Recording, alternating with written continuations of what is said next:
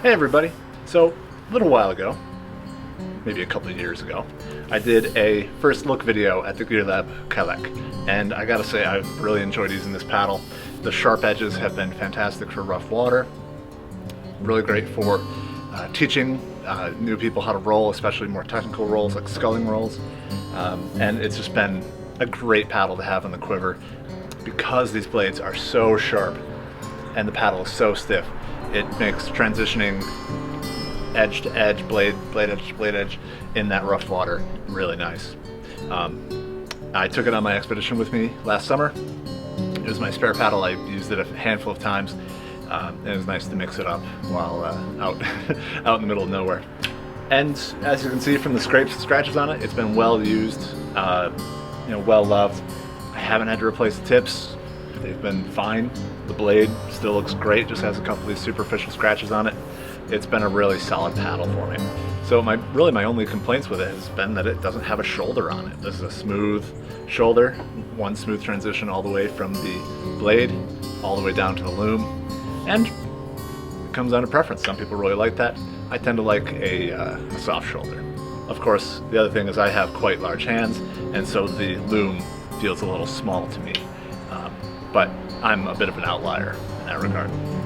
Most people I've talked to that have these paddles have really liked them, and yeah, happy to say that it's a great paddle. It's been really nice to use. But now, something different. This is the new Gearlab Ipik paddle. Comes again with the normal replaceable tips. And this paddle is a little bit different from the Kalak. Main thing being, it has this soft shoulder. Now, that's really nice just to be able to have that grip to be able to index off of there. But the other cool thing this new paddle, the Ipik, does, it has an oval shaft.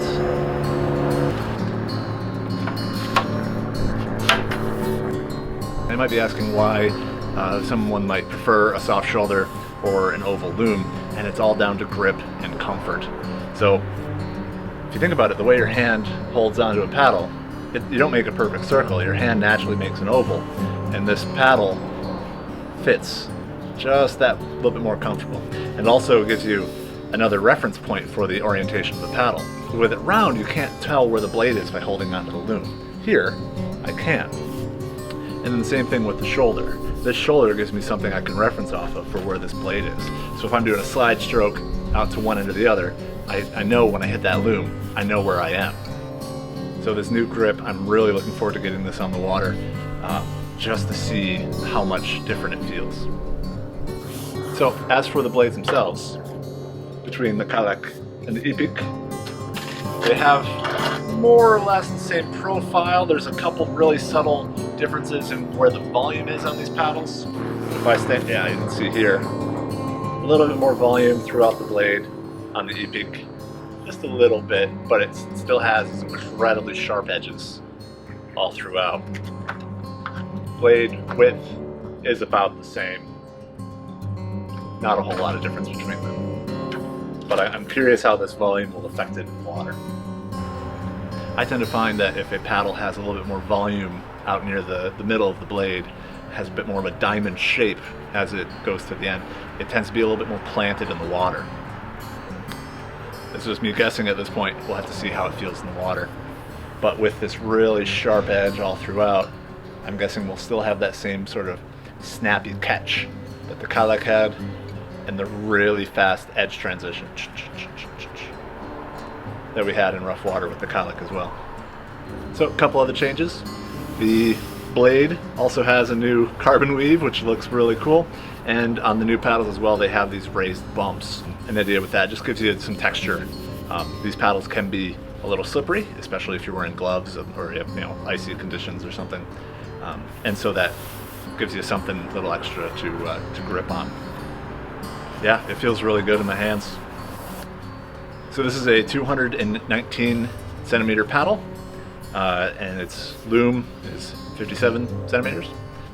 For me, the loom feels just about right for the width. I'm guessing just because it's the same length as the Kalak, this might feel a little short for me, Again, I'm about 6'5", and I tend to like a pretty long paddle. But because my purpose of this paddle, again, will be rough water, current, rolling, that shorter blade, I'm not going to be too bothered by, I feel. If I were using this paddle for distance touring, then I'd probably want to have a longer length. But as of right now, it only has this one length. Yeah, this just feels so nice in the grip. Now, the Ipik is not a replacement for the Kalak. They are both still available, and like I was saying, the blades are quite similar in geometry. Really, the key differences from the outside here are the differences in the shoulder and the shape of the loom. I tend to like a more oval loom, that's my preference, but I know other people that like to have that round shape. It's just preference. So, all up to you. Oval and shoulder, round, no shoulder. All I can say is, gotta try them out, see which one you like the best. I always love testing out new paddles. It's a lot of fun. Now you know, there might be a place that I can really run this thing through its paces. I think it's time to hit the road. Ready? Stern. That's good. It's plastic. It's a rental. You know the guy. Yeah, I know the owner. It'll be fine. Tybee Island is renowned amongst kayakers for dynamic tidal features in an area known as the Triangle, where outflowing tide meets the sea, or a large expanse of shallow sandbars. The features range from smooth flowing water to standing waves to chaotic surf that will change by the minute as the tide ebbs and flows. It makes for a great playground to practice rough water skills, and in my case, test out a new paddle.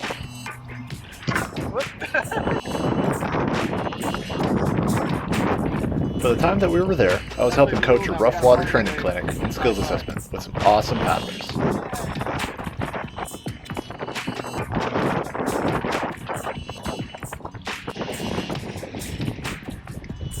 The Ipik handled the water great. It felt familiar with its similarities in shape to the Kalak. The blades did feel a bit more planted in the water, and the loom shape and soft shoulders definitely made for a more comfortable feeling while paddling.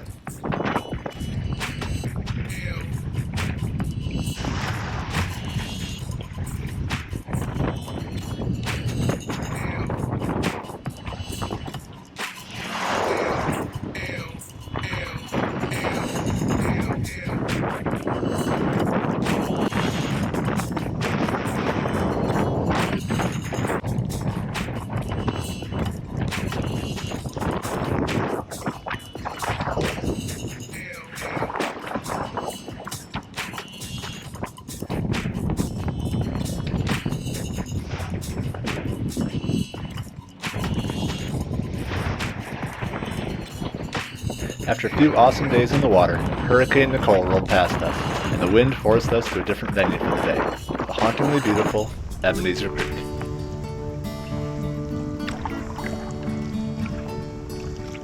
Ebenezer Creek is a tributary of the Savannah River, just north of the city of Savannah. Its natural beauty hides its tragic history. I won't get into it here, but I'll add some links if you want to learn more about this amazing place.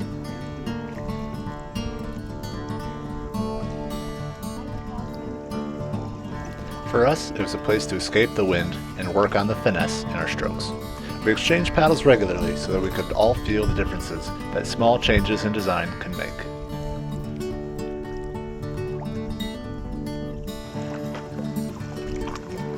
As we wove between the cypress and tupelo trees, we could really notice how the different generations of paddle design affected how the paddle felt in our hands as they moved through the water.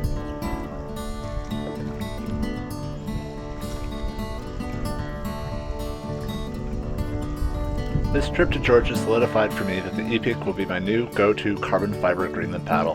The increased comfort from the loom and shoulder makes all the difference in the world.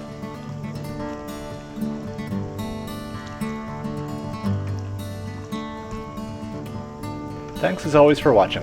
If you'd like to get your own Ipik or Kalak and want to help me make more paddling videos, just use my affiliate link below when purchasing. Please remember to like, share, comment, and subscribe. Be safe out there. Happy paddling.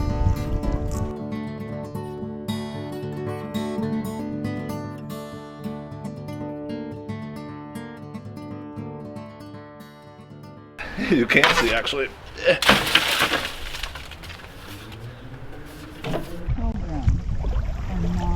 Yeah, I'm doing a video for the Ipik, so getting like multiple people paddling with Gearlabs, perfect. Yeah, I gotta make it look good.